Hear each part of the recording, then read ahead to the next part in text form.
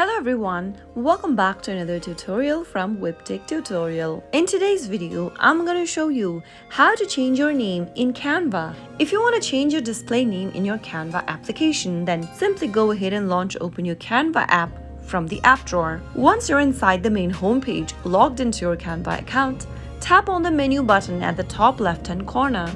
Now in the expanded menu, tap on the settings button at the bottom. From the settings page, tap on your account under your name at the top. You will then be able to see your name, your email address, and other information on this page. To change your name, simply tap the edit button right next to your name. Now, enter the new name you would want to change for your account and then tap on save.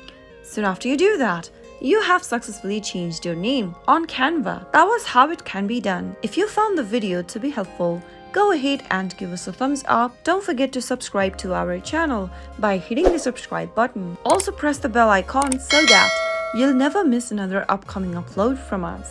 I'll see you again in the next video. Goodbye till then.